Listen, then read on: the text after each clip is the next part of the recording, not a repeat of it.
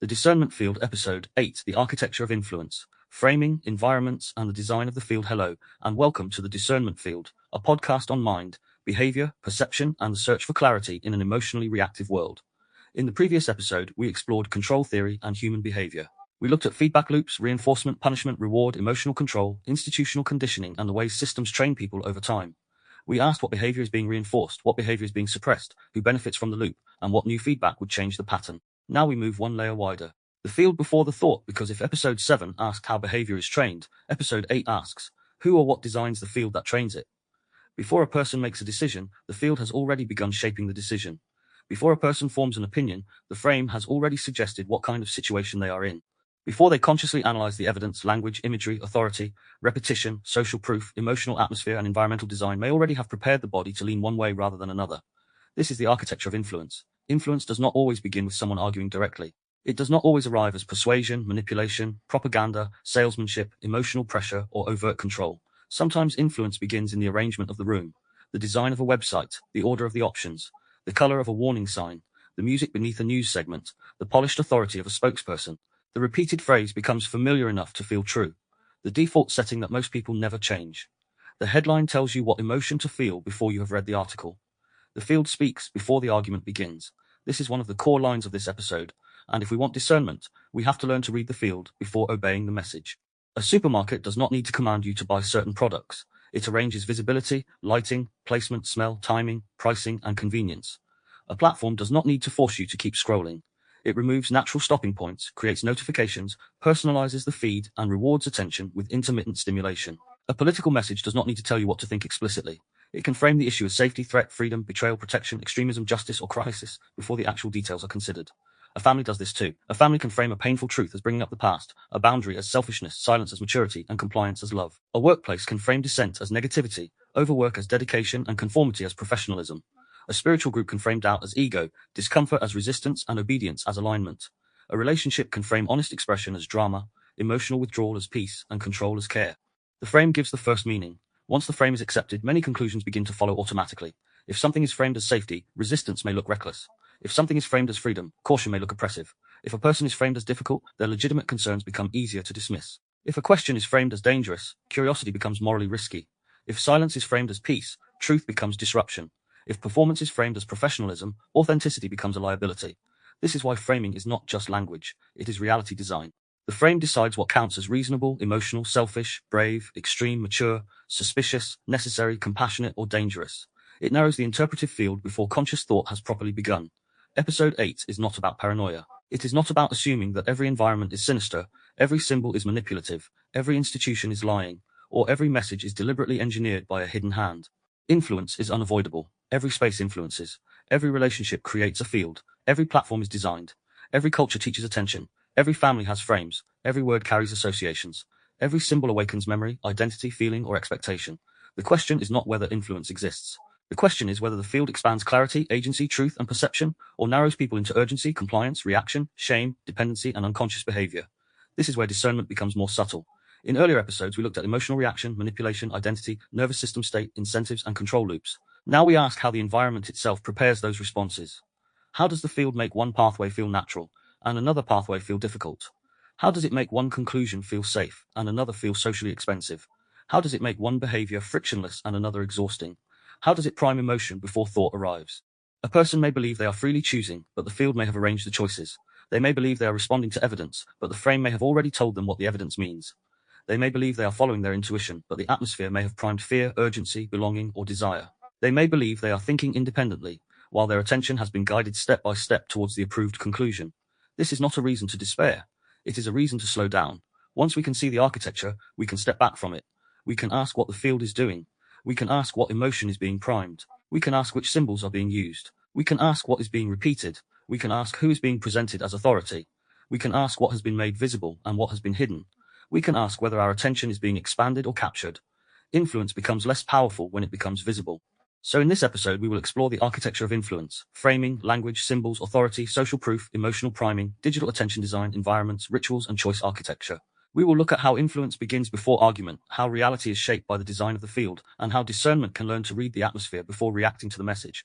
Because sometimes the most important question is not, what am I being told? Sometimes the more important question is, what field has been built around me so that this message feels true? Part 1. What is the architecture of influence? The designed conditions of perception. The architecture of influence refers to the designed conditions that shape perception and behavior before conscious analysis has fully formed. It is the structure around the message, the context around the choice, the emotional field around the information. It is the way a system arranges attention, meaning desire, fear, trust, urgency, belonging, and agency. It includes framing, spatial arrangement, language, repetition, symbols, authority cues, social proof, emotional priming, timing, scarcity, default settings, reward structures, digital pathways, rituals, and the arrangement of options. It is not only what is said. It is how the situation is built so that some thoughts become easier to think, some emotions become easier to feel, and some behaviors become easier to perform. Game theory asks, what incentives shape behavior? Control theory asks, what feedback keeps the pattern repeating? The architecture of influence asks, what field has been designed so certain thoughts, feelings, and behaviors become more likely? This distinction matters because influence often happens upstream of choice. By the time someone makes a decision, the environment may have already shaped the terms of the decision. By the time someone says yes or no, the options may have been arranged in a way that makes one choice feel obvious. By the time someone reacts to a headline, the language and imagery may have already primed their nervous system. By the time someone enters a room, the layout may already tell them who has authority, who should speak, who should listen, and what kind of behavior is expected. Think of a courtroom. Before anyone speaks, the architecture communicates authority. The raised judge's bench, the formal clothing, the arrangement of seats, the ritual language, the silence, the rules of address, all of it shapes behavior. People lower their voices. They sit differently. They become aware of the consequences.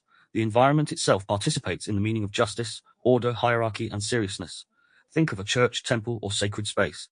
The height of the ceiling, the lighting, the music, the symbols, the rituals, the posture of the body, the silence, the repetition of phrases, all of it shapes emotion.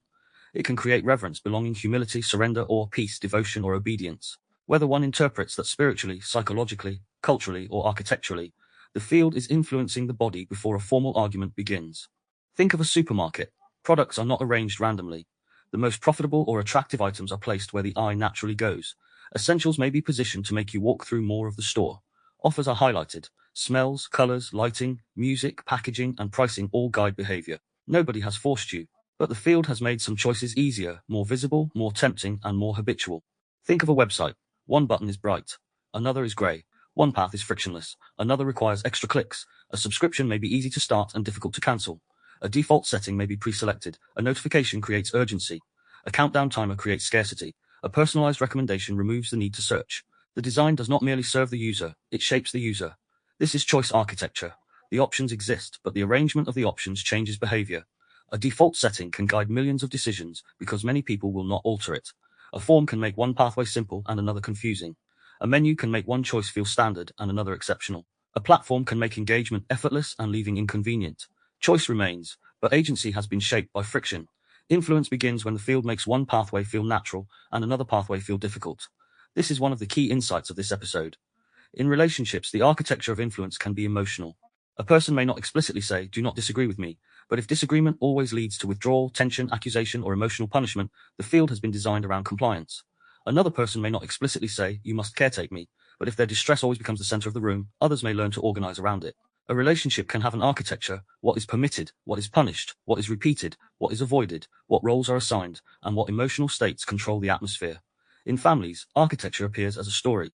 Every family has frames: who is the responsible one, who is the selfish one, who is the emotional one, who is the successful one, who is the difficult one, who causes problems, who must be protected, what can be spoken, what must never be named. These frames shape perception. If one person has been cast as dramatic, their legitimate pain may be dismissed more easily. If another has been cast as fragile, accountability may be avoided. If silence has been framed as maturity, honesty may look like disruption. The architecture is not only physical, it is symbolic and relational. In workplaces, architecture appears through hierarchy, meeting structure, reporting lines, performance measures, language, incentives, surveillance, and norms. Who sits at the head of the table? Who controls the agenda? Who speaks first? What gets measured? What gets praised? What is called professional? What is called negative? What is treated as urgent? What is treated as invisible? An organization can say it values openness while designing a field where openness is risky. In politics and media, architecture appears through framing, repetition, authority cues, emotional imagery, expert panels, slogans, timing, and contrast. The same event can be presented as a threat, a tragedy, justice, disorder, freedom, extremism, or a necessary action depending on the frame. Images can make one group appear dangerous and another sympathetic. Music can create dread or hope. A repeated phrase can become the lens through which everything else is interpreted. In digital systems, architecture becomes even more powerful because it is adaptive. The platform learns from behavior and then redesigns the field around attention. What you click shapes what you see next. What you linger on becomes a signal. What makes you angry may appear again. What confirms your view may be repeated. What holds you is rewarded. The field becomes personalized, and because it feels personal, it can feel like reality. This is why digital influence rarely begins with belief. It begins with attention. Once attention is captured, belief may follow. If your feed repeatedly shows one kind of threat, one kind of enemy, one kind of desire, one kind of outrage, the nervous system adapts to that field. The world begins to feel like the feed. What is visible becomes important. What is repeated becomes familiar. What is familiar begins to feel true. This is not because people are foolish. It is because perception is contextual. Human beings are shaped by the environments through which they encounter reality. The mind does not float above the field untouched. It is constantly receiving cues, social, emotional, linguistic, visual, symbolic, and bodily. The architecture of influence works because it meets us before full consciousness. It arranges the entrance, it decides what we see first, it names the situation. It sets the emotional temperature. It shows us who is trusted. It tells us what others appear to believe. It makes some questions feel natural, and others feel dangerous. It gives one pathway more friction than another. That is why discernment cannot only evaluate content. It must evaluate context. It must ask not only is this claim true, but also, what field is making this claim feel true, urgent, moral, obvious, or necessary? Not only do I agree, but how has this situation been arranged so agreement feels easier than questioning? Not only what do I feel, but also what has this field primed me to feel? Influence is not inherently bad. A well-designed classroom can support learning. A well-designed therapeutic space can support safety. A ritual can support meaning. A clear website can support access. A public health message can help people act wisely. A relationship can be designed around honesty, repair, and agency. A community can build structures that make truth safer and dignity more likely. The goal is not to reject influence. The goal is to discern its direction. Is this field increasing clarity, agency, truth, and responsibility? Or is it narrowing perception, increasing urgency, suppressing questions, manufacturing consent, rewarding performance, or making one conclusion feel inevitable before it has been examined? That is the difference. The architecture of influence becomes dangerous when it hides itself. When the designed field is mistaken for a neutral reality. When people believe they are simply choosing, simply reacting, simply knowing, simply belonging, simply seeing, while the environment has arranged what they notice, what they fear, what they desire, and what they avoid. Discernment begins when we pause and read the architecture. What frame has been set? What emotion has been primed? What symbols are active? What authority cues are being used? What behavior is being made easy? What behavior is being made costly? What is being repeated? What is being hidden? What would I notice if I stepped outside the designed field? These questions restore space. They do not make us immune, but they make us less automatic. They help us remember that the first meaning offered by the field is not always the final truth. Influence often begins before thought, and discernment begins when we notice the design. Part 2: Framing. The first boundary of meaning. Whoever sets the frame shapes the question. If the architecture of influence is the designed field around perception, then framing is one of its first and most powerful tools. A frame tells us what kind of situation we are in before we have fully examined the situation itself. It gives the first boundary of meaning. It says, look at this through this lens. And once that lens is accepted, everything inside the frame begins to organize around it. This is why whoever sets the frame often shapes the question. Before we ask what is true, we may already have accepted what kind of truth is being searched for. Before we ask what happened, we may already have accepted who is reasonable, who is extreme, who is caring, who is dangerous, who is selfish, who is brave, who is irrational, who is mature, and who is causing the problem. The frame decides what counts as evidence, what counts as emotion, what counts as loyalty, what counts as harm, and what counts as common sense. That is why framing is not just presentation, it is power. A single situation can change meaning depending on the frame placed around it. A policy can be framed as public safety or social control. A technology can be framed as innovation or surveillance. A protest can be framed as justice or disorder. A boundary can be framed as self-respect or selfishness. A whistleblower can be framed as courageous or disloyal. A child asking questions can be framed as curious or disrespectful. A person naming harm can be framed as truth-telling or drama. The behavior may be the same, but the frame changes what people are prepared to see. This is the first boundary of meaning. If something is framed as security, then resistance may look reckless. If it is framed as surveillance, support may look naive. If a workplace initiative is framed as culture change, compliance may look progressive. If it is framed as control of dissent, the same initiative looks different. If a family conversation is framed as bringing up old wounds, the person speaking may look disruptive. If it is framed as finally telling the truth, that same person may look courageous. The frame tells the emotional system what to prepare for. This matters because people rarely encounter information as raw data. They encounter it inside a story. The story gives direction. It tells the body whether to feel threat, compassion, suspicion, pride, disgust, duty, urgency, belonging, or shame. Once the body has entered that state, reasoning begins inside the frame rather than outside it. For example, consider the difference between feedback and criticism. In some contexts, they refer to similar behavior, someone offering a response to what has happened, but the frame changes the body's readiness. Feedback may suggest growth, collaboration, improvement, and usefulness. Criticism may suggest attack, judgment, inadequacy, or exposure. If someone says, I'd like to give you some feedback, the body may still tense, but the frame opens the possibility of development. If someone says, I need to criticize what you did, the body may prepare for defense. The same applies to accountability and punishment. Accountability can mean repair, responsibility, learning, and consequence. Punishment can mean shame, suffering, control, or moral injury. But sometimes punishment is framed as accountability, and sometimes accountability is misread as punishment. Discernment must ask which is actually happening. Is the field being designed for repair or for humiliation? Is the person being invited into responsibility or being forced into submission? Framing shapes what the situation seems to require. In politics, framing is everywhere. Tax relief frames tax as a burden from which one is rescued. Public investment frames spending as shared development. Border security frames migration through threat and protection. Humanitarian responsibility frames it through care and dignity. Law and order frames enforcement as stability. State violence frames enforcement as domination. Each phrase points attention towards some features and away from others. Each builds a different emotional field. The facts still matter. The evidence still matters. But the frame decides which facts become emotionally available and which facts become background noise. This is why two people can look at the same event and feel as if they are seeing completely different realities. They may not only disagree about evidence, they may be inside different frames. One sees protection where the other sees control. One sees freedom where the other sees irresponsibility. One sees compassion where the other sees weakness. One sees justice where the other sees revenge. One sees loyalty where the other sees blind obedience. If we do not identify the frame, we may argue endlessly inside it. Media framing works in the same way. A headline does not merely tell us what happened. It tells us how to enter what happened. A neutral headline invites one state. A dramatic headline invites another. Questions raised after policy failure is different from shocking betrayal leaves public at risk. Both may relate to the same event, but the second has already primed outrage, fear, and moral accusation. By the time the article is read, the reader's nervous system may have already entered the frame.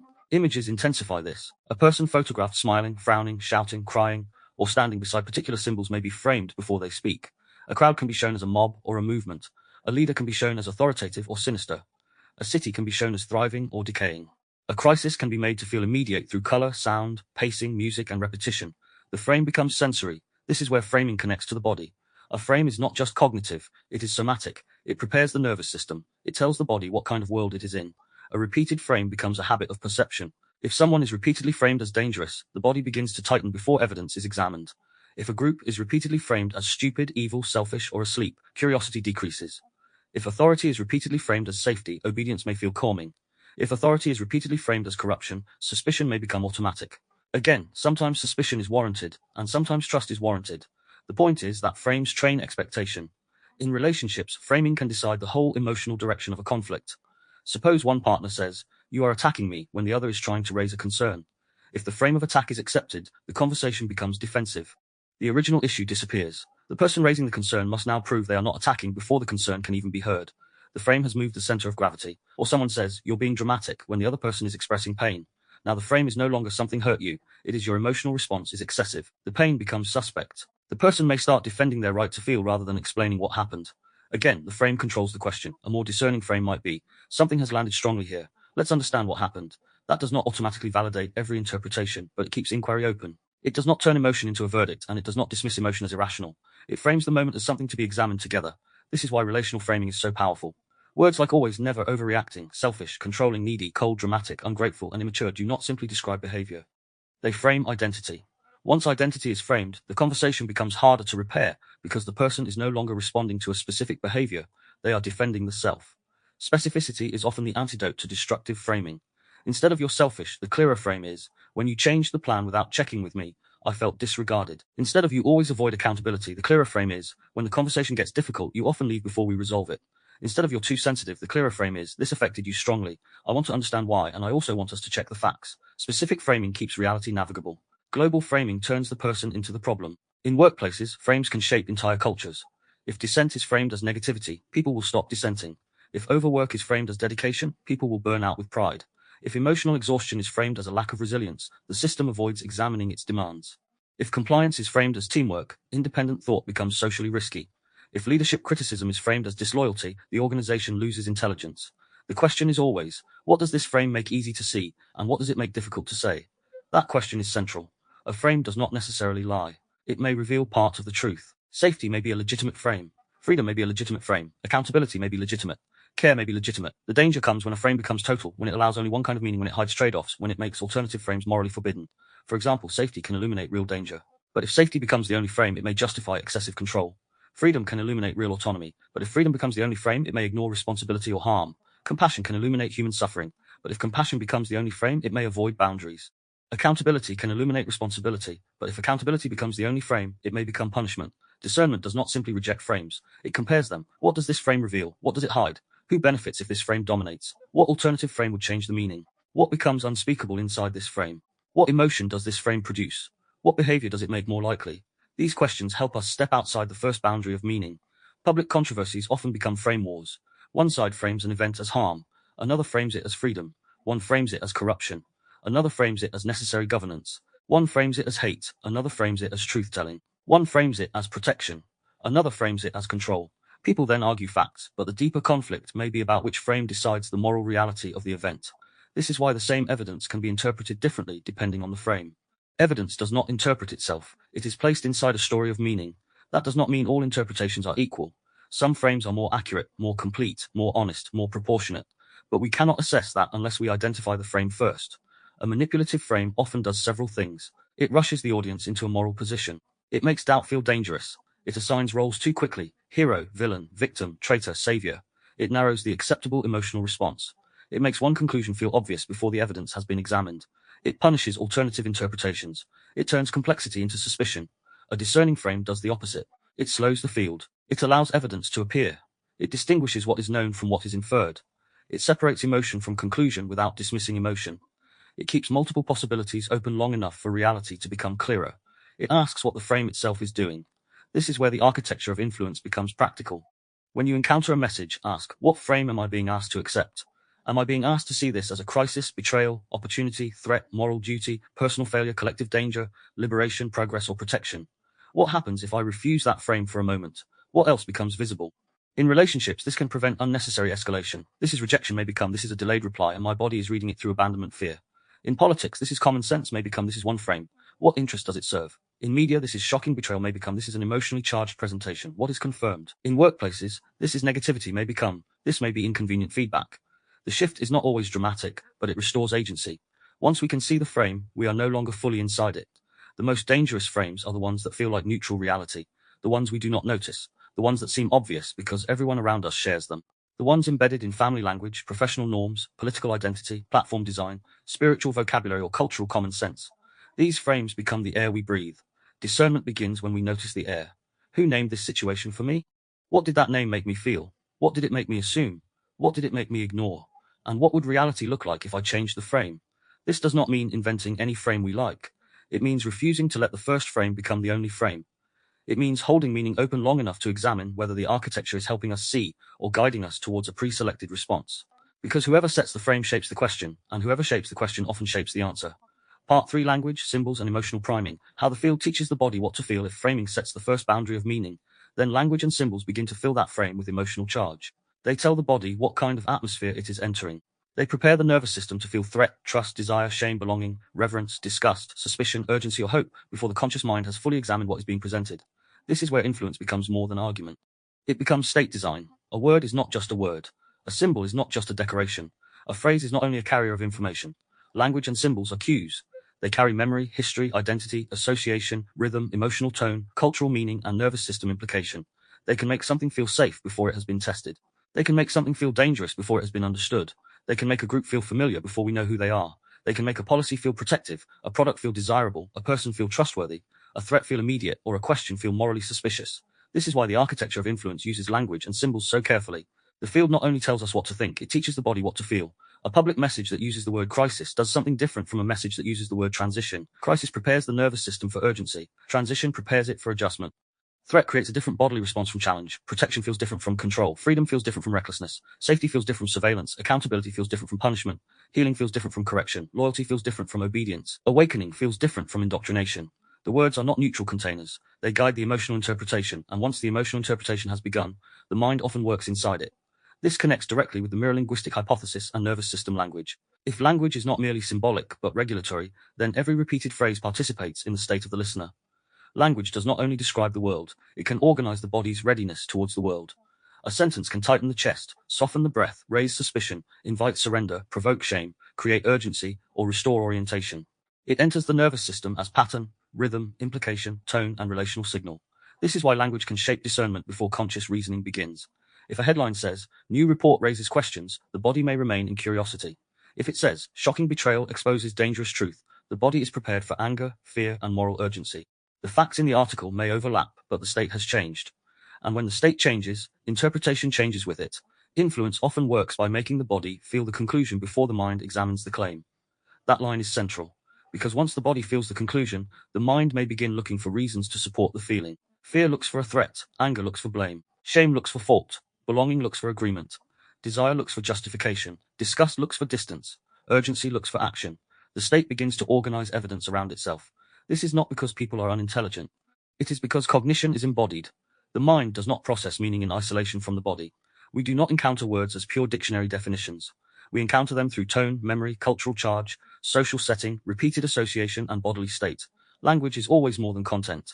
A simple example is the phrase, we need to talk. For one person, that phrase may mean care, repair, and clarity.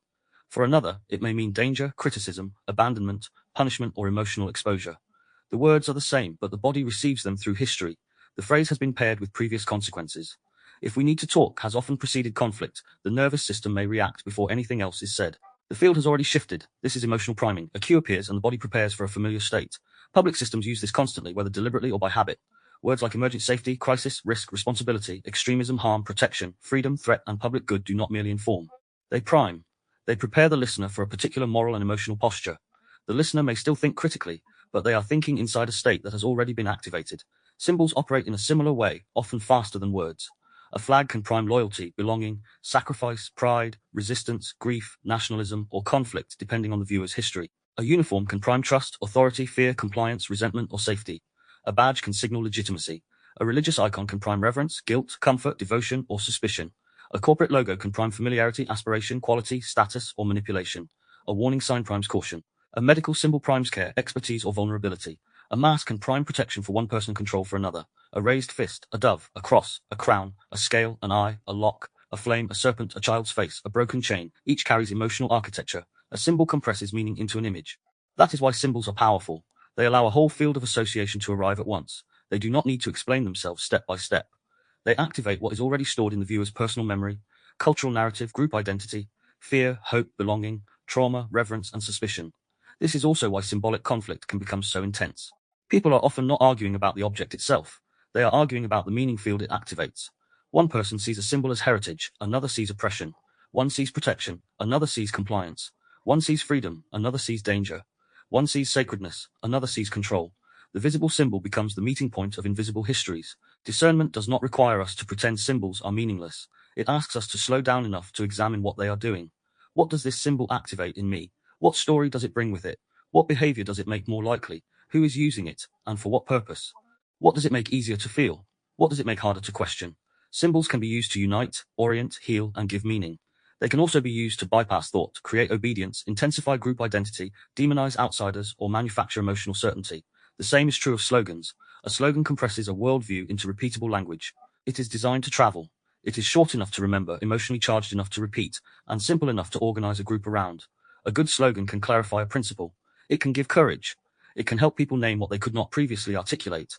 But a slogan can also replace thought. It can become a reflex. It can train the group to feel before examining. Once a slogan becomes identity, questioning the slogan can feel like betrayal.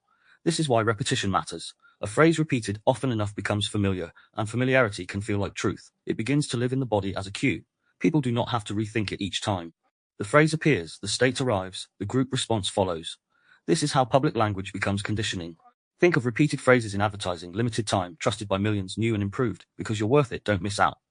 These phrases do not only convey information, they create desire, urgency, social proof, aspiration, and scarcity. They make the product feel like an answer to a state that the advertisement has helped produce. First, the field creates a lack. Then it offers the product as completion. This influences architecture. The same pattern appears in politics. A phrase is repeated until it becomes the lens. Strong leadership, the will of the people, protect our children, take back control, build back better, law and order, common sense, the right side of history, threat to democracy, enemies of freedom. Each phrase may contain a legitimate concern or aspiration, but the repetition trains emotional pathways. People begin responding to the phrase as a moral cue rather than a claim requiring examination. Again, the question is not whether a phrase is always false. The question is what the phrase does. Does it clarify or compress too much? Does it invite thought or replace it? Does it widen the field or narrow it? Does it connect people to responsibility or recruit them into reaction? Does it allow complexity or does it punish anyone who asks for more detail? The same dynamic appears in therapeutic, spiritual, and wellness language. Words like healing, alignment, energy, trauma, boundaries, safe, narcissist, gaslighting, toxic, triggered, regulated, ego, shadow, and authenticity can be useful. They can give people language for real experiences, but they can also become influential cues. If used carelessly, they can frame disagreement as pathology, discomfort as danger, boundaries as avoidance, challenge as abuse, or obedience as spiritual maturity. A group can use soft language to create hard control. This is one of the most subtle forms of influence. A person may not be shouted at or threatened. They may be surrounded by language that makes dissent feel unevolved, unsafe, unhealed, or morally inferior. The body begins to respond. It wants belonging. It wants to remain good. It wants to stay inside the accepted language. So the person self-corrects. This is why discernment must include language awareness, even in spaces that appear gentle, conscious, compassionate, or evolved. The emotional tone of language does not automatically make it true. A phrase can be soft and still controlling. A phrase can be firm and still honest. A phrase can sound caring and still remove agency. A phrase can sound harsh and still name reality. The question is not only how the language feels, but what it does to the field. Does it increase clarity? Does it preserve agency? Does it allow questions? Does it make reality more specific? Does it reduce or increase dependency? Does it invite repair or demand submission? Does it regulate the body or collapse it into compliance? This is where nervous system language becomes highly practical. Regulatory language is not language that avoids all discomfort. It is language that helps the body remain oriented enough to engage with truth. Sometimes regulatory language is gentle, let's slow this down. Sometimes it is firm, that is not acceptable. Sometimes it is specific, this happened and this is the impact. Sometimes it is spacious, there may be more than one explanation.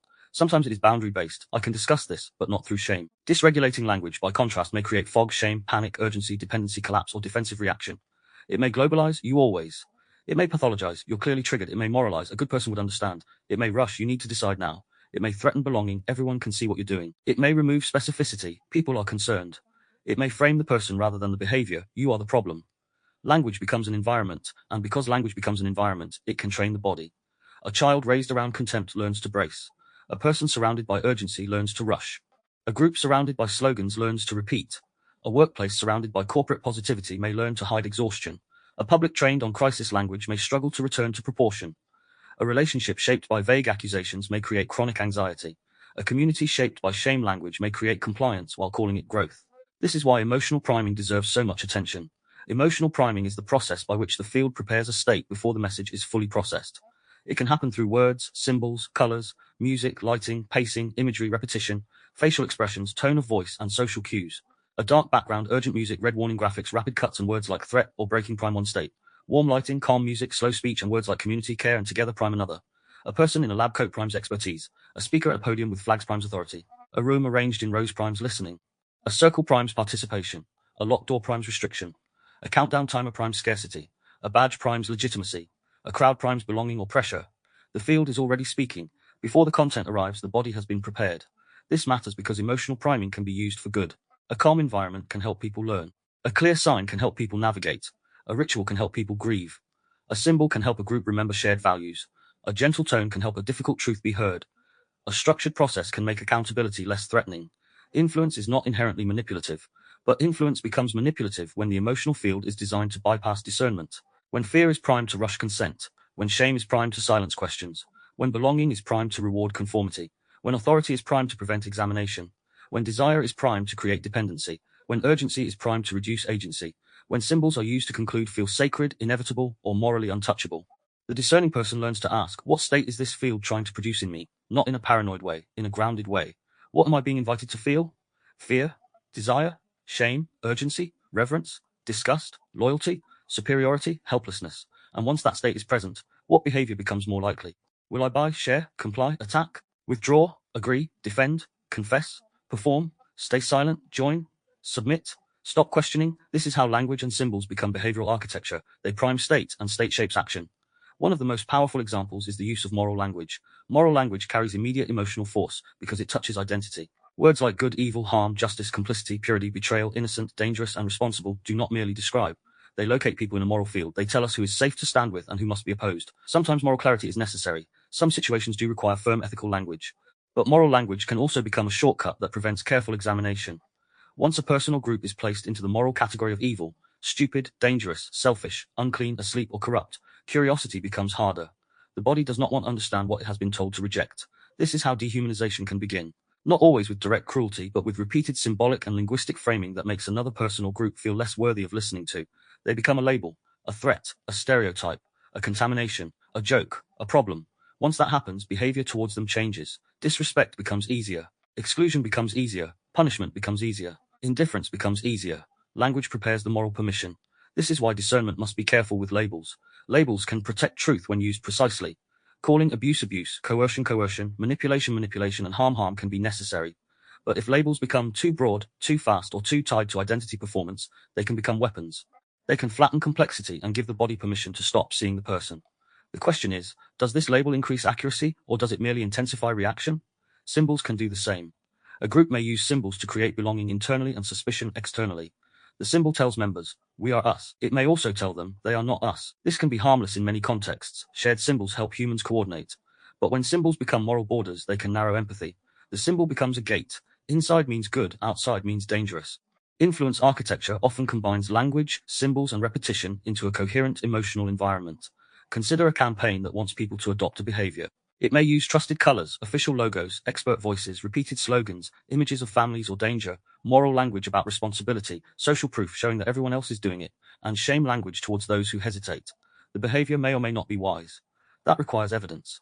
But the architecture itself is designed to make the behavior feel obvious before individual examination.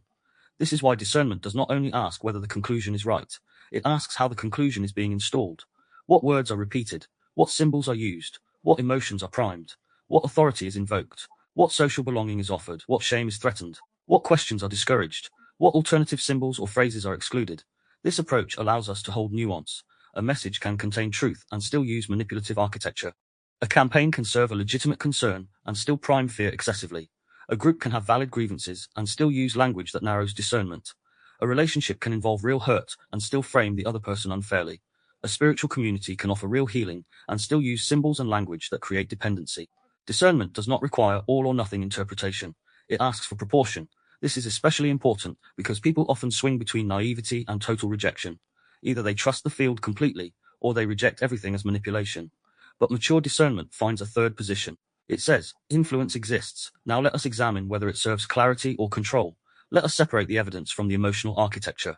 Let us notice what the field does to the body without assuming the conclusion is automatically false. Because the presence of influence does not prove deception, but hidden influence deserves examination. The practice here is simple but deep. When you encounter a message, pause and ask, what did I feel first, before analysis, before explanation, before opinion? What did the field make my body do? Did I tighten, soften, lean in, pull away, feel urgency, feel shame, feel belonging, feel disgust, feel desire, feel fear, feel superior, feel relief? Then ask, what created that state? Was it the word choice, the image, the symbol, the authority figure, the music, the repetition, the group reaction, the color, the framing, the memory it triggered? What identity did it offer? The threat it implied? Then ask, what am I being invited to do from this state? And finally, would this conclusion still look the same if the emotional architecture were removed? That final question can be very revealing. If the dramatic music disappeared, would the claim still hold? If the slogan were replaced with plain language, would it still persuade? If the authority cue were removed, would the evidence still stand? If the group stopped applauding, would I still agree? If the symbol were changed, would the policy still feel moral? If the shame were removed, would the behavior still be necessary? If the urgency were slowed, would the decision still be wise? This is not always easy. We are attached to our symbols, our language, our identities, our preferred emotional fields.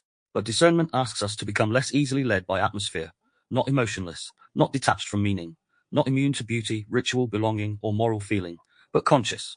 Conscious enough to recognize when language is regulating us, when it is dysregulating us, when a symbol is opening perception, and when a symbol is closing it. Conscious enough to know that the body may feel truth because the field has primed truth feeling. Conscious enough to ask whether the feeling has evidence beneath it. This is the linguistic somatic layer of influence.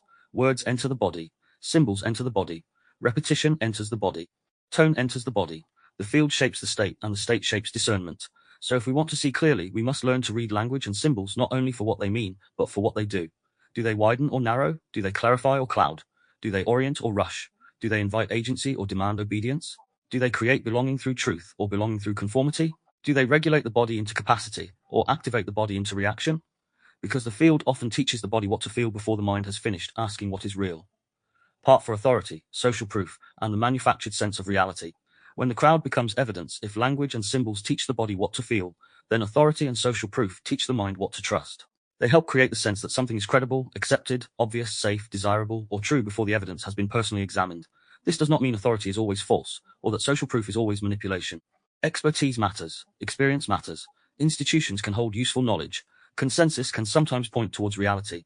Human beings cannot personally verify everything from the ground up, so we rely on signals of trust.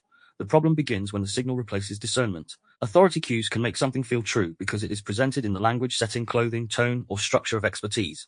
A white coat, a professional title, a government seal, a university logo, a polished studio, a formal report, a verified account, a microphone, a podium, a celebrity endorsement, a carefully designed website, a panel of experts. These cues do something to the nervous system. They say, this is legitimate. This is serious. This has been checked. This belongs to the world of trusted knowledge. Sometimes that is appropriate. A surgeon should carry authority in surgery. A structural engineer should carry authority when assessing a bridge. A trained researcher may know more about a narrow field than someone who has watched a few videos online. Discernment does not mean rejecting expertise. In fact, rejecting all expertise can become its own kind of captivity, where the person becomes vulnerable to anyone who performs anti-authority confidence. But authority presentation is not the same as accuracy. A claim can be presented beautifully and still be incomplete. A speaker can be credentialed and still be biased, constrained, mistaken, incentivized, politically pressured, or working from a limited model. An institution can hold real expertise and still protect its reputation. A professional field can contain genuine knowledge and still have blind spots. A polished presentation can create trust before the substance has earned it. This is why discernment asks, is this credible or merely presented with authority? That question does not dismiss authority. It examines it. Authority becomes especially powerful when it is joined to uncertainty. When people feel anxious, overwhelmed, or unable to assess complexity, authority can become emotionally regulating.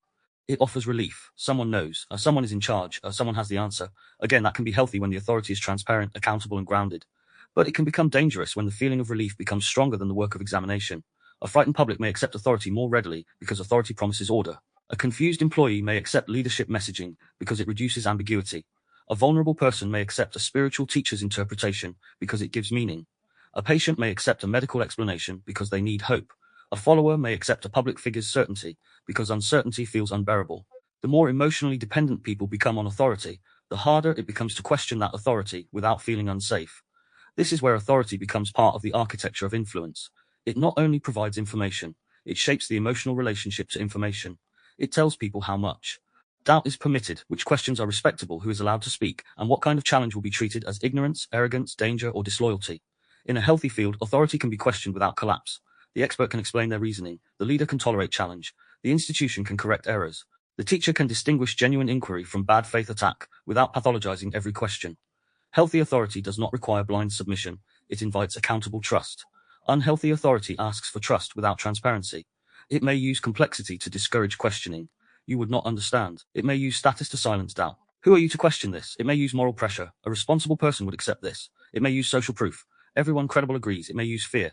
Questioning this puts people at risk. It may use spiritual or psychical language. Your resistance is your ego. Your doubt shows you are not ready. Your discomfort proves the work is happening. These phrases may sometimes point towards something real. Not every question is informed. Not every challenge is in good faith. Not every doubt is wise. But when authority repeatedly makes questioning itself the problem, the field deserves examination. The discerning question becomes, what happens to those who ask for evidence, clarification, limitation, or accountability? If the field becomes clearer, authority may be healthy. If the field becomes more shaming, vague, threatening, or defensive, authority may be protecting itself. Social proof works differently, but often in partnership with authority. Social proof tells us that if many people believe something, desire something, fear something, or perform something, it must carry weight. Human beings are social learners. We look to others to understand what matters. If a restaurant is full, we assume it may be good. If a video has millions of views, we assume it is relevant. If a belief is shared by our group, we may assume it has legitimacy. If everyone in the room seems calm, we may feel calmer. If everyone seems alarmed, our own body may become alarmed. This is not irrational in itself. Social cues help humans coordinate. If everyone runs from a building, it may be wise to pay attention. If many people report the same issue, there may be a pattern. If a community has tested something over time, its shared knowledge may matter. But social proof becomes dangerous when visibility is mistaken for truth. A claim can be widely repeated because it is accurate.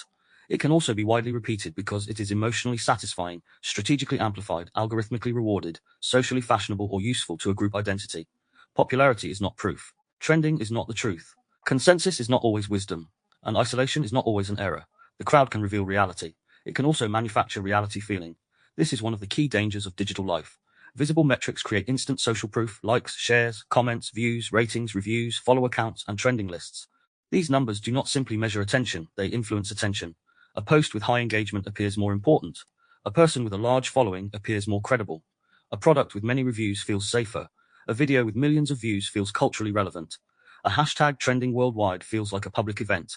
The platform does not merely show what people are paying attention to. It shapes what more people will pay attention to next. Social proof becomes a feedback loop. People engage because something appears popular. It becomes more popular because people engage. The popularity then becomes evidence of importance. The loop produces reality feeling. Everyone is talking about this. This must matter. This must be true. This must be the moment. But the loop may be driven by outrage, curiosity, fear, bots, coordinated campaigns, platform incentives, or simple emotional contagion. Discernment asks, is this true or merely socially reinforced? That question can be applied everywhere. In a family, if everyone agrees that one person is the problem, that agreement may feel like proof. But the family consensus may be protecting the system. The scapegoat role may have been reinforced for years. The visible agreement may not be the truth. It may be survival architecture. If everyone avoids discussing a wound, the silence may feel like closure. But the silence may be social proof for denial. No one else is talking about it, so maybe I am the problem. That is how family reality can be manufactured. In a workplace, if everyone publicly supports a decision, the decision may appear sound. But if dissent is punished, public support is not proof of agreement. It is proof of adaptation. People are signaling safety. The meeting may look aligned because the incentive field has made misalignment costly. In a spiritual or ideological community, if everyone uses the same language, interprets events the same way, praises the same leader, shares the same symbols, and responds emotionally in synchrony, the field can feel deeply real. It can feel like the truth because the group atmosphere is so coherent. But coherence is not always truth. Sometimes coherence is a product of repetition, social reward, and punished deviation. The body often reads group synchrony as safety. When people chant together, move together, laugh together, rage together, or repeat phrases together, the nervous system can feel belonging. This can be beautiful. It can create community, healing, courage, and shared meaning. But it can also lower resistance to the group frame. If belonging is strong enough, disagreement may feel like exile. The crowd becomes evidence not only intellectually, but bodily. This is why public events, rallies, ceremonies, conferences, movements, and online communities use visible consensus, applause, standing ovations, testimonials, repeated slogans, shared symbols, group rituals. Comment sections are filled with agreement, expert panels nodding, influencers endorsing, review scores, thousands have joined, and millions agree. Everyone is waking up, the science is settled, the people have spoken. Sometimes these statements are useful indicators, sometimes they influence architecture. The discerning question is, what evidence exists beyond the signal? If the crowd disappeared, would the claim still stand? If the expert title were removed, would the reasoning still hold? If the production quality were lower, would the argument remain strong? If the group stopped applauding, would I still agree? If my friends did not share this, would I still believe it? If the reviews were hidden, would the product still convince me? If the official logo disappeared, would the evidence still be enough? These questions do not guarantee certainty, but they separate signal from substance. Authority and social proof often combine most powerfully in institutional messaging. An official source presents a claim. Expert language surrounds it. Media repetition amplifies it. Public figures endorse it. Commentators repeat it. Social platforms prioritize it. People observe others agreeing with it. Those who question it are framed as ignorant, selfish, dangerous, uneducated, or extreme. Now the claim is no longer just a claim. It is embedded in an authority social proof field. Again, the claim may be true, partly true, or false. That must be assessed separately. The point is that the architecture makes the claim feel true before examination. Authority provides legitimacy. Social proof provides belonging. Emotional priming provides urgency. Repetition provides familiarity. Framing provides moral direction. This is how a manufactured sense of reality can form. Manufactured does not always mean fabricated from nothing. It can mean assembled, arranged, reinforced, presented through cues that guide perception. A real fact can be placed inside a manufactured reality. A genuine risk can be framed in a way that produces disproportionate fear. A true injustice can be presented in a way that demands unthinking conformity. A legitimate authority can be used to suppress healthy questioning. A genuine consensus can become rigid if it treats all uncertainty as heresy.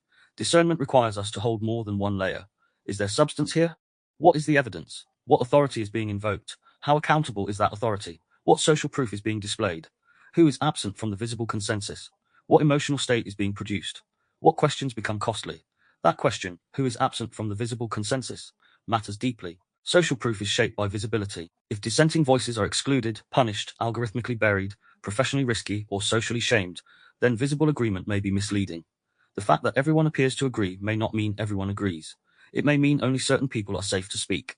This happens in organizations. It happens in families. It happens in public debate. It happens online. It happens in academic, professional, spiritual, political, and activist spaces. Silence is often misread as consensus because the cost of disagreement is hidden. A healthy field makes disagreement visible enough to be examined. An unhealthy field hides disagreement and then uses the absence of disagreement as proof of agreement. This is another way reality gets manufactured. The architecture says everyone agrees, But discernment asks, who cannot afford to disagree? Authority can manufacture reality through language that appears technical or specialized. Professional language can clarify complex ideas, but it can also create distance. If people feel they are not qualified to understand, they may outsource discernment entirely. Again, some humility is appropriate. We cannot all be experts in everything, but total outsourcing is dangerous. Expertise should inform our discernment, not replace it. A good expert makes the field more understandable. A controlling authority makes the field more dependent. This distinction is vital. A good authority explains assumptions, limits, uncertainty, methods, evidence, and disagreement within the field. It can say, here is what we know, here is what we do not know, here is what is debated, here is why this conclusion is currently stronger, and here is what would change our view. That kind of authority strengthens public discernment. Poor authority performs certainty beyond evidence, hides uncertainty, attacks all challenges, relies on status, and asks people to trust the signal rather than understand the reasoning. That kind of authority weakens discernment, even when it happens to be correct on a particular point, because the method matters. If people are trained to obey authority signals without understanding, they may obey good authority sometimes, but they may also become vulnerable to bad authority later. The deeper goal should be a public capable of proportionate trust, able to recognize expertise, but also able to ask about evidence, incentives, limits, accountability, and uncertainty. The same principle applies to social proof. A healthy community does not demand that members treat group agreement as truth. It encourages shared inquiry. It allows correction. It can admit we may be wrong. It can tolerate internal disagreement without collapse. It treats consensus as useful but revisable. An unhealthy community treats group agreement as sacred. It punishes hesitation. It confuses loyalty with perception. It makes members feel that to disagree is to betray the group, the cause, the leader, the family, or the identity. Social proof becomes social control. This is why the crowd can become evidence in the body before it becomes evidence in the mind. When everyone around us appears certain, our uncertainty may feel shameful. When everyone appears calm, our alarm may feel irrational. When everyone appears outraged, our hesitation may feel immoral. When everyone appears loyal, our doubts may feel dangerous. The body reads the group, and the group becomes a cue. Discernment asks us to create a small space between the group signal and personal conclusion. Not to reject the group automatically, but to ask, what do I actually know? What have I directly observed? What has been inferred? What evidence exists outside the group? What would I think if belonging were not at stake? What would I ask if I knew I would not be punished? What would become visible if the crowd was silent? This is difficult because social belonging is not a minor thing. It is deeply human. We need community. We need trust. We need shared knowledge. But we also need enough inner stability to stand slightly apart from the crowd when necessary, not above it in arrogance, but beside it in awareness. The discerning person does not worship authority and does not reject authority reflexively. They do not worship the crowd and do not despise the crowd reflexively. They examine the relationship between signal and substance. Authority is a signal. Social proof is a signal. Polish is a signal. Consensus is a signal. Visibility is a signal. But signals require verification. In practice, this means asking a few grounded questions. What is the actual claim? What evidence supports it? What is the expertise behind it? What incentives might shape the authority? What uncertainty is being acknowledged? What disagreement exists among credible voices? What is the crowd rewarding? What would happen to someone who dissents? Does the presentation encourage understanding or merely compliance? These questions can be used in public life, but also personally. In a relationship, if one person speaks with calm authority, does that make them right? Not necessarily.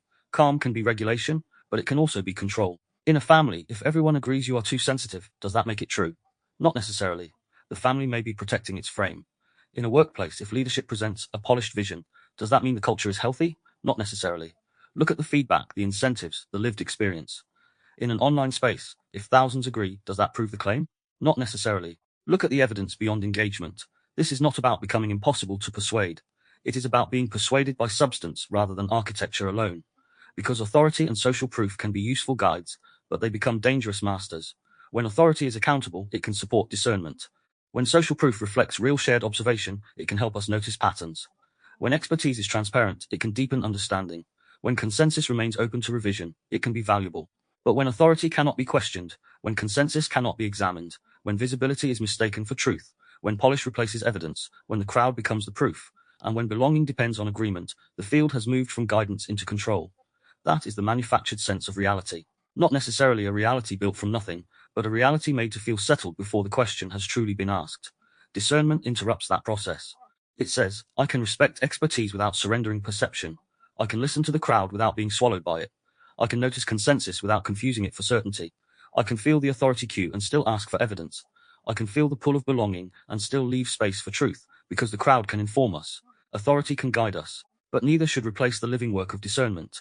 Part 5: Attention Design and Digital Environments. How platforms shape what becomes real. If authority and social proof teach the mind what to trust, attention design teaches the mind what to notice. And in the digital age, this may be one of the most powerful layers in the architecture of influence, because what captures attention begins to shape what feels real. What appears repeatedly begins to feel important. What is emotionally charged becomes memorable. What is personalized begins to feel like reality itself. What is easy to click becomes easy to follow. What is frictionless becomes habitual. Digital influence rarely begins with belief. It begins with attention.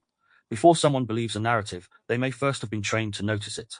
Before they become emotionally attached to an issue, their feed may have repeatedly placed that issue in front of them. Before a fear becomes dominant, a platform may have shown them endless examples of that fear. Before outrage becomes identity, the system may have rewarded every reaction with visibility, agreement, and stimulation.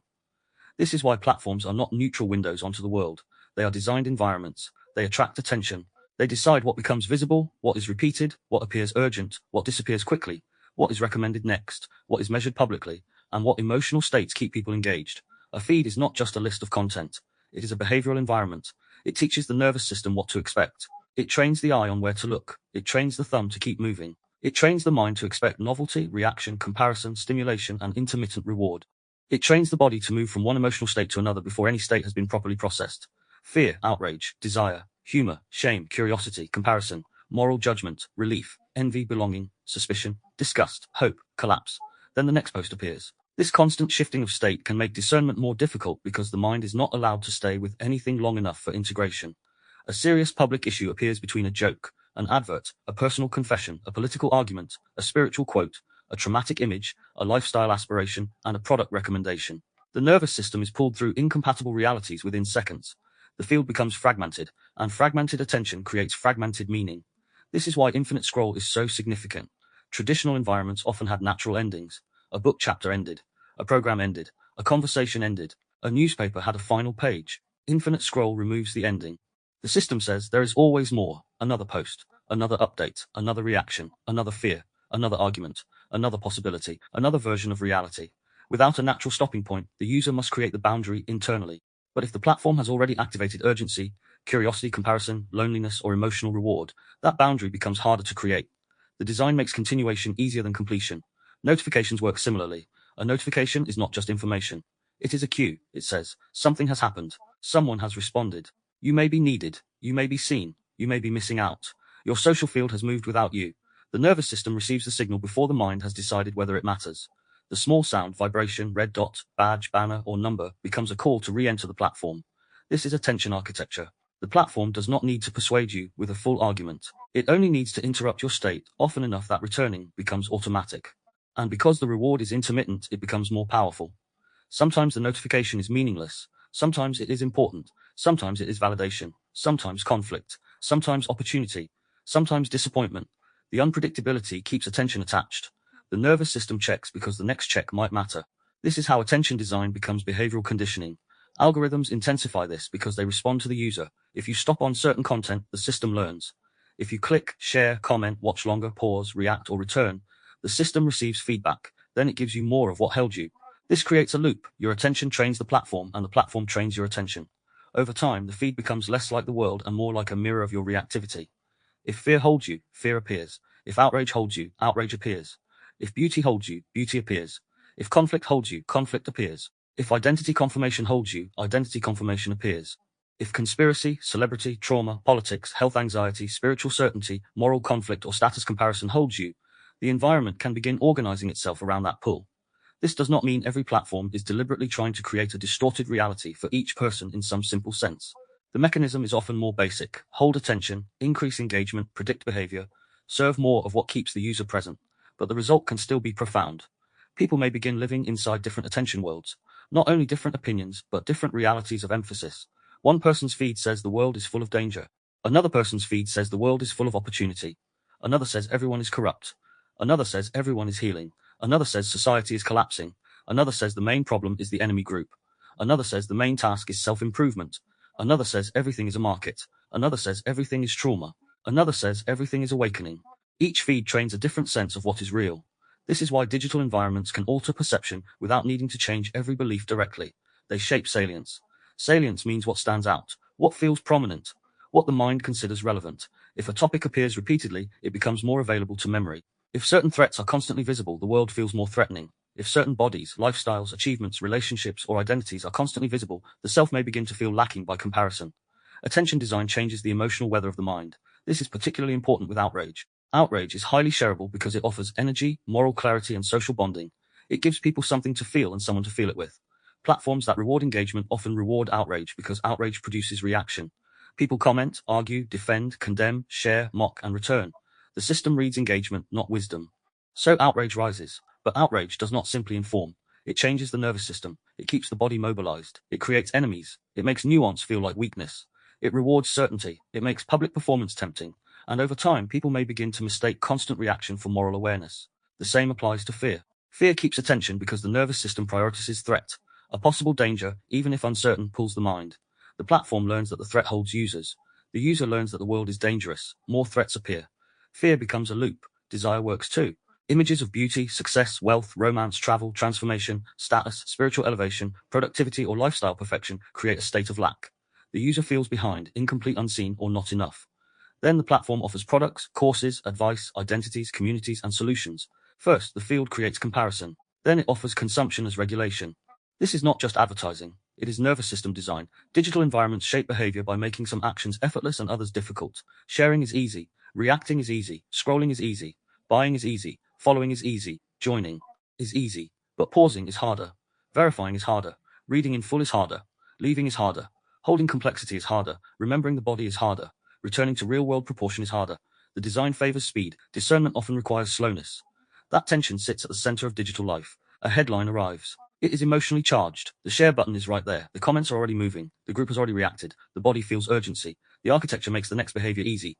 React, share, condemn, agree, purchase, click, keep scrolling. But the discerning behavior, pause, read, verify, breathe, check source, consider context, delay response, often requires more friction. So the question becomes, what behavior is this environment making easy? And what behavior is it making costly? This applies not only to public information, but to identity. Platforms encourage the self to become visible, measurable, and comparable. Follow accounts, likes, views, shares, comments, and reactions turn social attention into numbers. A person may begin to feel their voice through metrics. They may adjust their expression based on the response. They may say more of what performs and less of what is true, but quietly. They may become more polished, more extreme, more vulnerable, more certain, more attractive, more controversial, or more branded because the field rewards it.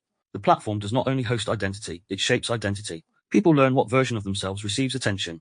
The wounded self, the angry self, the wise self, the beautiful self, the controversial self, the moral self, the expert self, the victim self, the comic self, the spiritual self, the skeptical self, the luxurious self, the traumatized self, the productive self, the rebellious self. Each version may be real, but the rewarded version can begin to dominate. This is one reason digital environments can subtly separate a person from their inner truth, not because they invent a false self from nothing, but because they reward certain fragments of the self until those fragments become the public identity. The person may then feel pressure to keep being the version the platform recognizes. This connects directly with signaling and reputation from episode 6. Online, signals are constantly measured. The field tells you which signal worked. That feedback can become addictive. It can also become controlling. Attention design also affects memory. What is repeated becomes easier to recall. What is emotionally intense becomes more memorable. What is visually striking stays in the mind. This means a feed can alter a person's sense of frequency. If you see endless examples of a certain crime, conflict, illness, political event, betrayal, or social behavior, you may begin to feel it is everywhere. Sometimes the pattern is real. Sometimes the visibility is inflated. Either way, perception changes. The mind begins to ask, why am I seeing this so much? And the feed answers silently, because this is the world. But that may not be true. It may be the world according to the attention loop. This is why digital discernment must include environmental awareness. We cannot only ask whether a specific post is true, we must ask what the feed as a whole is training us to notice. What emotional state does this environment keep producing? Does this platform make me more informed or more reactive, more connected or more performative, more curious or more certain, more grounded or more fragmented, more capable or more overwhelmed? The answer may vary. Digital spaces can be useful. They can connect people, share knowledge, expose injustice, support creativity, build communities, distribute independent work, and allow voices to emerge that would otherwise be excluded. The issue is not digital life itself. The issue is unconscious participation in designed attention fields. Discernment asks us to use the tool without being used by the architecture.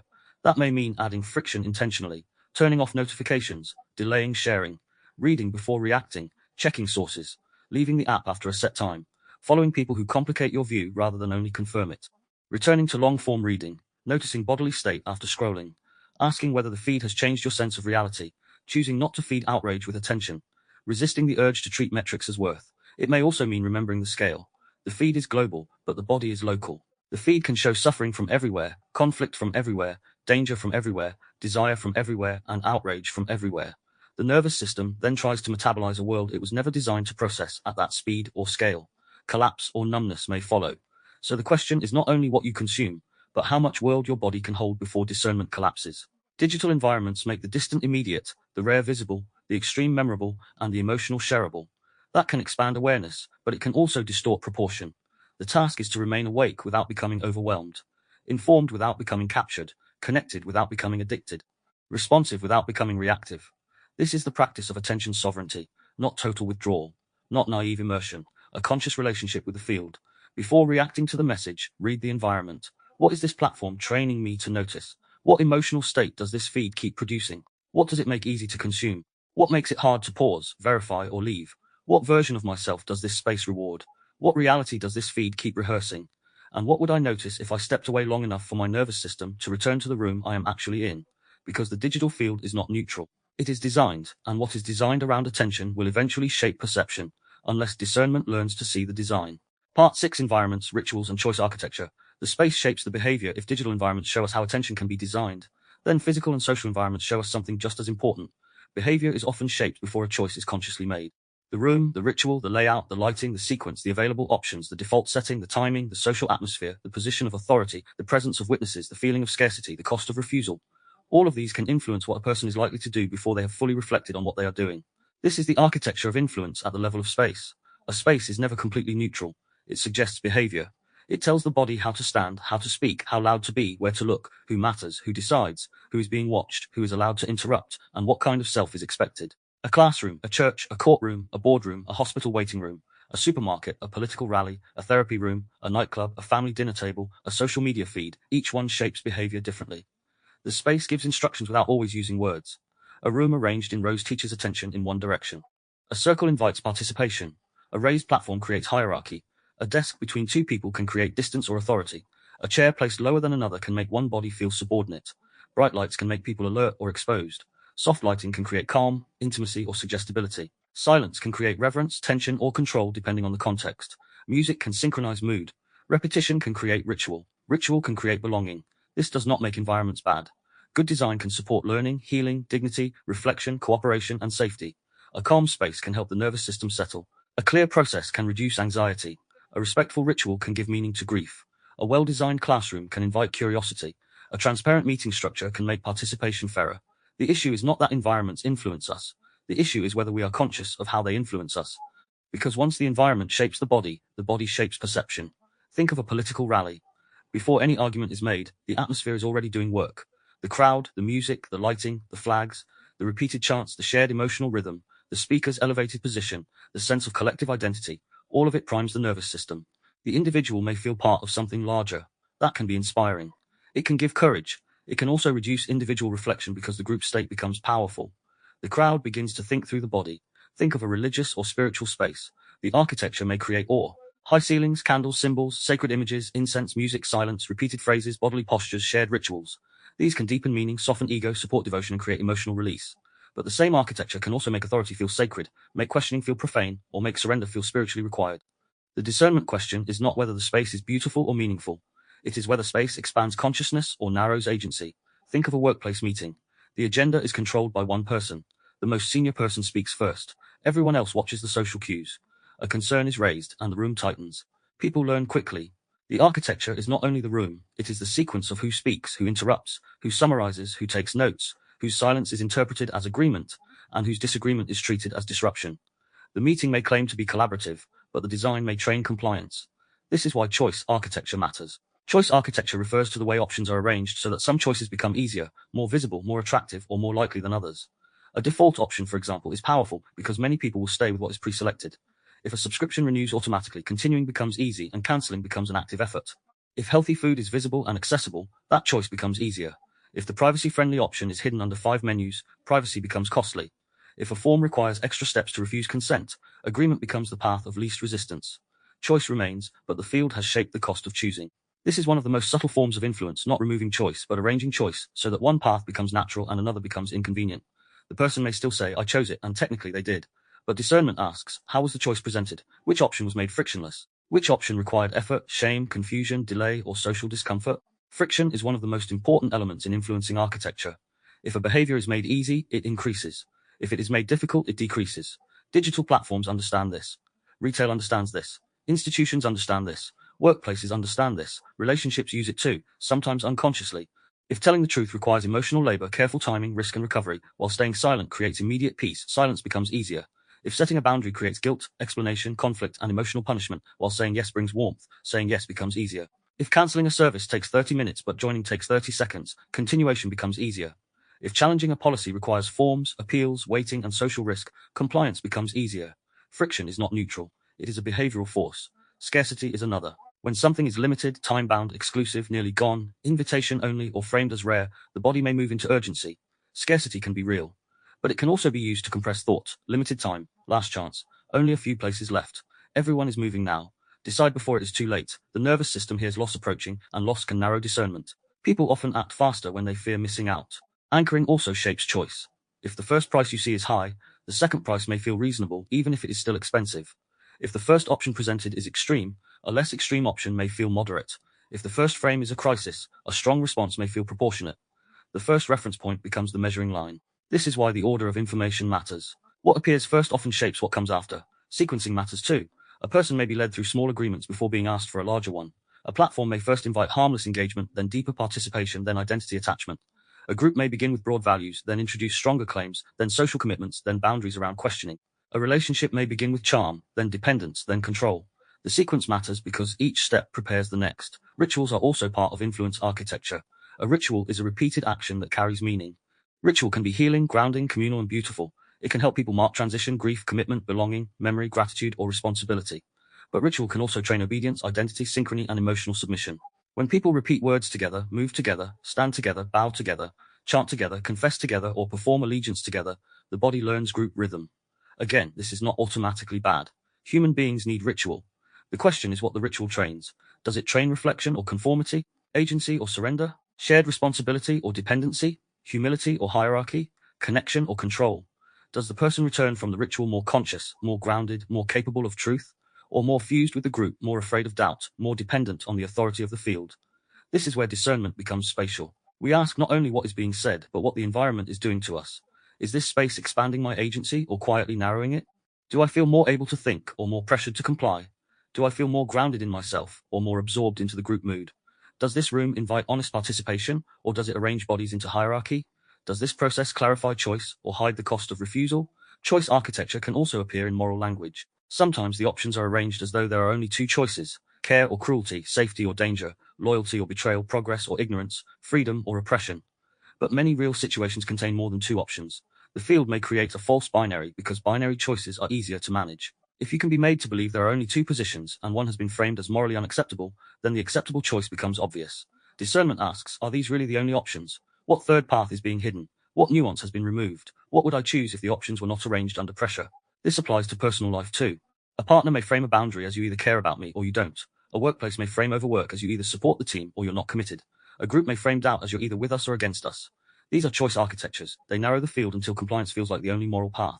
A healthier architecture makes space for agency. It allows people to understand the choice, the consequence, the evidence, the alternatives, and the timing. It does not rely on shame, urgency, hidden friction, or false binaries to produce behavior. It can still guide, but it guides transparently. It can still influence, but it does not need to trap. This is the difference between supportive design and manipulative design. Supportive design helps people act in alignment with their values. Manipulative design makes people act in alignment with someone else's goals while feeling as if the choice emerged naturally from themselves. So when we read environments, rituals, and choice architecture, we ask, what is being made easy? What is being made difficult? What is the default? What is the cost of refusal? What does the space make me feel? Who has authority here? What behavior is the ritual training for? What options have been excluded? What happens if I do not follow the expected path? Because the space shapes the behavior, and sometimes the most powerful influence is not the message itself, but the world built around the message that makes one response feel inevitable. Part 7, Real-World Field Scenario, Applied Influence Architecture Analysis. This is where we bring the architecture of influence into a living scenario, because influence is easiest to recognize when it is obvious and hardest to recognize when the field has been designed so well that the intended response feels like our own independent conclusion. Let us use a scenario that is not simply another workplace silence loop or relationship conflict. Imagine a local council, a large organization, or a public institution introducing a new digital access system. On the surface, the message is practical. The public will now use one digital portal to access services, verify eligibility, receive updates, make appointments, submit documents, and manage requests. The stated purpose is convenience, efficiency, safety, and modernization. Already, the frame has been set. This is not being introduced as surveillance, dependency, exclusion, or control. It is framed as progress. It is framed as making life easier. It is framed as reducing waiting times, improving service, protecting identity, and bringing systems into the future. Those things may all be partly true. A digital system can genuinely make some processes easier. It can reduce paperwork. It can help digitally confident people. It can improve access in some ways. So discernment does not begin by assuming the frame is false. It begins by asking what the frame makes easy to see and what makes difficult to ask. The message appears with a clean design, warm colors, friendly icons, smiling people using phones. Words like simple, secure, connected, your services in one place, faster access, protecting your information, and designed around you. The visual field is calm, professional, and reassuring. The language is soft. Nothing appears forceful. There are no threatening symbols, no obvious coercion. The architecture of the message says, this is normal, helpful, safe, and inevitable. Now the authority cues arrive. The system is introduced by trusted figures, council representatives, service managers, cybersecurity experts, customer support staff, perhaps a public statement from leadership. They speak in measured tones. The branding is official. The logos are familiar. The setting is polished. The message does not feel like a sales pitch. It feels like administration. And administration often carries a quiet authority because it appears boring, procedural, and necessary. This is one of the most overlooked forms of influence, the authority of normality. When something is presented as routine, people may question it less. If the emotional field is not dramatic, the change may pass through with little resistance. The message does not need to be shouted. It simply appears as the next reasonable step. Then social proof begins. Testimonials appear. Thousands have already signed up. Residents say the new portal saves time. Most users complete registration in under 5 minutes. Join the growing number of people managing services online. These statements may be accurate, but they also create pressure. If everyone else is moving, hesitation begins to feel like being behind. If others find it easy, confusion begins to feel like personal failure. If the majority has already joined, refusal begins to feel unusual. The architecture now combines progress, authority, and social proof. Next comes the choice architecture. People are told there are several ways to access services, but the digital route is made easiest. The online portal is available 24 hours a day. The phone line has longer waiting times. In-person appointments require booking. Paper forms take longer to process. The digital route is not technically forced, but it is smoother, faster, more visible, and repeatedly encouraged. The alternative routes remain, but friction increases. This is important. Influence does not always remove choice. It can preserve choice formally while shaping behavior practically. The person can still choose another route, but the cost of doing so rises. More waiting, more explanation, more forms, more inconvenience, more sense of being outdated. Over time, the behavior is guided towards the design pathway. The message may say, you are free to choose. The architecture says, this is the path of least resistance. Then, emotional priming enters through urgency. Register now to avoid disruption. Make sure your account is ready before the changeover. Do not miss important updates. Protect access to your services. Again, some urgency may be legitimate. People need deadlines. Systems change. But urgency narrows discernment. When the body hears avoid disruption, it may move into compliance. The question becomes not what are the implications, but how do I make sure I do not lose access? Now the behavioral pathway is clear. Accept the frame, trust the authority, follow the social proof, use the easiest route, register before disruption, and feel responsible for doing so. This is the architecture of influence. It may not be sinister. It may not be false. It may even contain useful improvements. But the field has been designed to make one response feel natural: adoption. So applied discernment asks a different set of questions. What frame is being set? In this case, the frame is convenience, safety, efficiency, progress, and modernization. What does that frame reveal? It reveals possible benefits. What does it hide? It may hide questions about exclusion, dependency, data use, surveillance, error correction, digital literacy, access for vulnerable people, long-term choice, and what happens if the system fails. What state is being produced? Calm trust, mild urgency, fear of being left behind, desire for ease, and perhaps social pressure to comply with the modern route.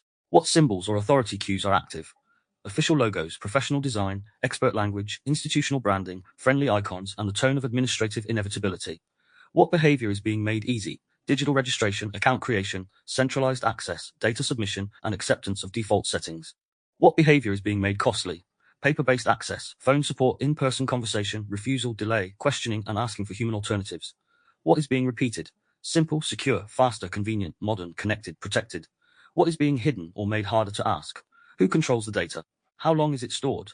What happens to people without smartphones, stable internet, literacy, capacity, or trust? Can people opt out without penalty? What happens if the system makes an error? Who is accountable if access is denied? Will non-digital pathways remain equally available or only theoretically available? What evidence exists outside the design field? Independent reviews, data protection details, accessibility analysis, user complaints, legal safeguards, technical limitations, and real experiences from those who struggle with digital systems. Now let us imagine a second scenario, because influence architecture is not only institutional. Imagine a wellness retreat, leadership program, or self-development event. The promotional material is beautiful: soft lighting, calm faces, nature imagery, language of transformation, belonging, healing, breakthrough, alignment, purpose, and becoming your highest self. The frame is growth. The symbols are warmth, nature, openness, spiritual depth, and emotional safety. The authority cues may include testimonials, founder story, professional photography, expert language, and phrases like trauma-informed, science-backed, ancient wisdom, or limited spaces. The emotional field is not fear, it is longing. The person is primed to feel possibility, hope, belonging, and the desire to be transformed. Again, this may be genuine. Many spaces can help people, but discernment still asks, what is the field making me feel before I examine the substance? Is the language specific, or does it rely on emotional promise? What exactly is being offered? What are the qualifications? What are the limits? What happens if someone questions the process? Is the retreat creating agency or dependency? Is urgency being created through scarcity? Are limited spaces real or a pressure device? In this scenario, influence works through aspiration rather than threat. The person is not being frightened into action. They are being invited into an identity, healed, awakened, aligned, chosen, elevated, finally seen. That can be powerful because people in pain are often searching for a doorway. The architecture says this is the doorway. Again, the question is not, is this bad? The question is, what is architecture doing? A transparent field can survive clear questions. A manipulative field often becomes vague, shaming, or urgent when questioned. If someone asks, what exactly does this involve? And the answer becomes mystical fog, pressure, or emotional persuasion, that is information. If someone asks, what support exists if people become overwhelmed? And the answer is clear, grounded, and accountable, that is also information. Applied influence analysis does not destroy trust. It makes trust more intelligent. Across both scenarios, the digital portal and the wellness event, the same structure appears. There is a frame. There are emotional cues. There are symbols. There is authority. There is social proof. There is repetition. There is a behavioral pathway. There are questions made easier and questions made harder. There is friction around refusal. There is a designed feeling that makes one action seem obvious. That is the field. The discerning person does not have to reject the field automatically. They simply refuse to be absorbed into it unconsciously. They step back and ask, what would I notice if the atmosphere were calmer? What would I ask if urgency were removed? What would I see if the symbols were stripped away? What would this message look like in plain language? What would I decide if belonging, fear, aspiration, shame, or convenience were not leading the decision? That is the purpose of applied influence architecture analysis. It restores the space between stimulus and response. It allows us to separate the possible truth of the message from the emotional design around the message. A digital system may be useful and still require scrutiny. A wellness program may be helpful and still use persuasive architecture. A public campaign may serve a legitimate purpose and still rely too heavily on fear. A political message may contain a valid concern and still frame alternatives unfairly. A relationship conversation may involve real hurt and still use language that traps the other person inside a role. The key is not to ask only, do I agree? The deeper question is, how has this field been designed so that agreement, compliance, desire, trust, fear, or belonging feels natural? Once we can see that, we gain choice.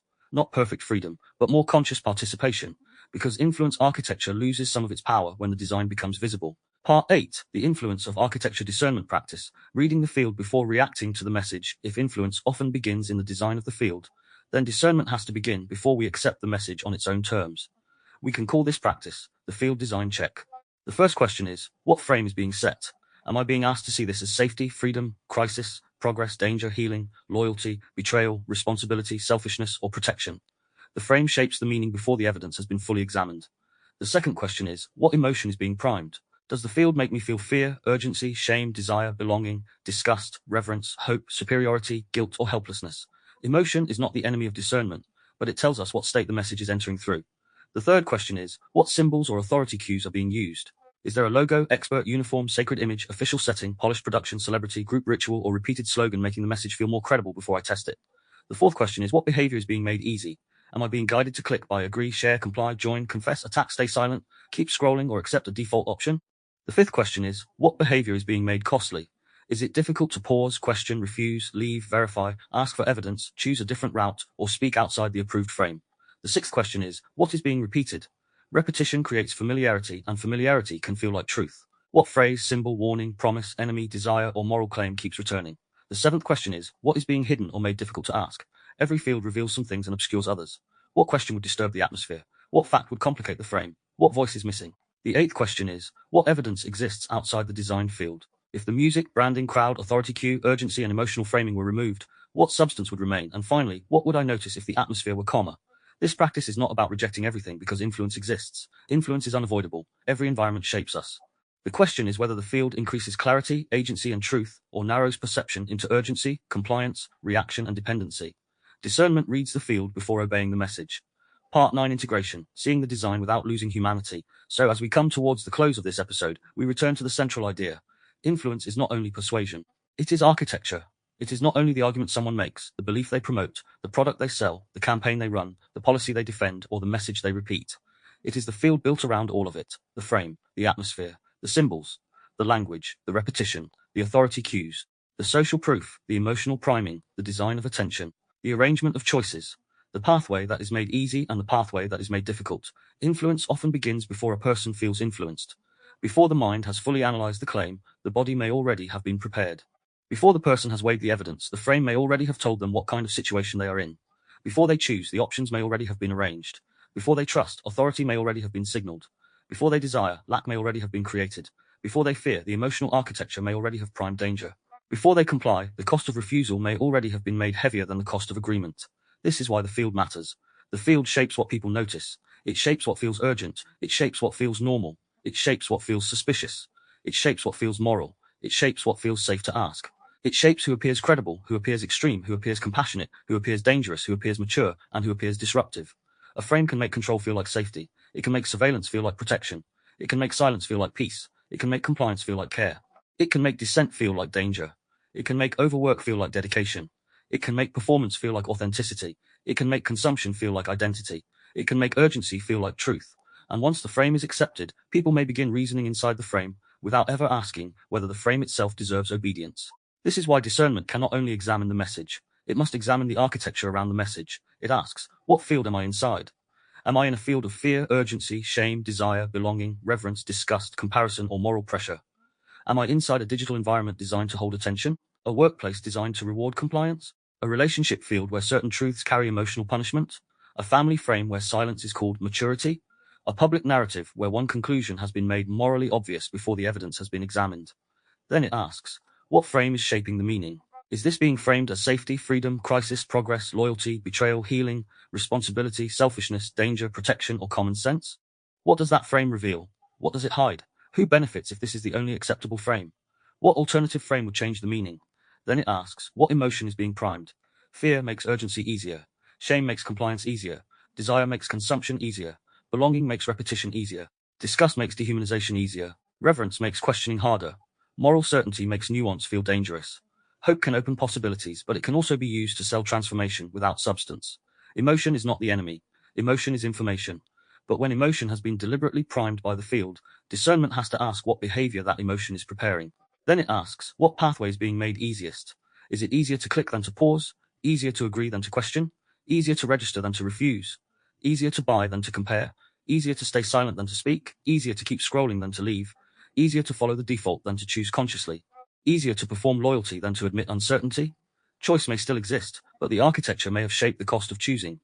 Then it asks, what questions are being made costly? Every field has forbidden questions, or at least expensive ones. The question that ruins the atmosphere. The question that threatens the frame. The question that makes the group uncomfortable. The question that exposes the hidden incentive. The question that asks who benefits. The question asks what is missing. The question asks whether the symbol, slogan, authority cue, ritual, or repeated phrase has replaced substance. Discernment often begins with the question the field does not want asked. Then it asks, who benefits from this design? Not always in a simplistic way. Benefit may mean profit, power, reputation, emotional comfort, compliance, attention, reduced accountability, group cohesion, identity protection, or behavioral predictability. Sometimes, no single person designed the whole thing. Sometimes the design is emergent, shaped by incentives, culture, technology, and repeated adaptation. But the question still matters. Who gains if people keep responding in this way? And finally, what would become visible if I stepped outside the architecture? If the music stopped, would the message still persuade? If the crowd disappeared, would the claim still stand? If the expert title were removed, would the evidence still be strong? If the design were plain, would the offer still feel valuable? If the urgency were slowed, would the decision still be wise? If the slogan were translated into ordinary language, would the idea still hold? If the social pressure vanished, would I still agree? These questions do not make us immune to influence, but they create space. They give the mind and body a moment to breathe before the field becomes reality. This is the deeper purpose of episode 8, not to become paranoid, not to assume every symbol is deception or every environment is control. Influence is part of human life. We influence and are influenced constantly. A loving home influences, a good classroom influences, a healing ritual influences, a clear public message influences. A well-designed process can support dignity, access, safety, and understanding. The issue is not the influence itself. The issue is whether influence serves clarity or control. Does the field expand agency or narrow it? Does it help people see more, or only react faster? Does it allow questions or punish them? Does it make reality more navigable or more emotionally foggy? Does it support responsibility or manufacture compliance? Does it invite truth or arrange perception so that one conclusion feels inevitable before the person has truly chosen? That is the difference between a field that supports discernment and a field that captures it. Episode 8 has shown that influence often begins before argument. It begins in the design of the field, the atmosphere, symbols, language, repetition, authority, attention, and arrangement of choices that prepare the body and mind to respond in certain ways. We have explored framing, emotional priming, language, symbols, authority, social proof, digital attention design, environments, rituals, and choice architecture. Across all of it, the central lesson is this: people do not only respond to messages, they respond to the world built around the message. Discernment begins when we can see the design without losing sight of the human being inside it. In the next episode, we continue Arc 2, the strategic human, with episode 9, status games and social hierarchies. If episode 8 explored the architecture of influence, episode 9 moves into the social ranking systems that shape human behavior: status, hierarchy, dominance, submission, popularity, prestige, shame, comparison, competition, and the invisible ladders people climb without always realizing. Because once we understand how the field is designed, the next question is, how does social rank decide who gets heard, believed, followed, ignored, or punished? Status is one of the most powerful hidden forces in human life. It shapes whose voice carries weight, whose pain is taken seriously, whose mistakes are forgiven, whose confidence is mistaken for competence, whose silence is interpreted as wisdom, whose vulnerability becomes shame, and whose disagreement becomes threat. We will explore how status operates in relationships, workplaces, families, social media, politics, intellectual spaces, spiritual communities, and everyday conversation. We will ask why people perform certainty, why popularity can become evidence, why prestige can bypass discernment, why shame controls behavior, and why people often adapt themselves around invisible hierarchies before they consciously know what they are doing. This is the next layer of the strategic human, not just the design of the field, but the ranking systems inside that field. So, as we end this episode, consider one question: what field are you inside right now that feels so normal you have stopped noticing its design? Perhaps a second. What would you see if you stepped outside the frame long enough to let your own perception return? Not to reject everything, not to become suspicious of every influence, but to reclaim the space between the designed atmosphere and your own discernment. May you learn to see the field before you obey the frame. May you recognize the symbols, cues, atmospheres, repetitions, and pathways that shape your attention before your thoughts are fully formed. May your discernment become spacious enough to step outside the architecture, breathe, and ask what reality looks like when the design no longer decides it for you. Until next time, thank you for joining me today. You've been listening to the Discernment Field, Episode 8, the architecture of influence, framing, environments, and the design of the field. I'm James Miller.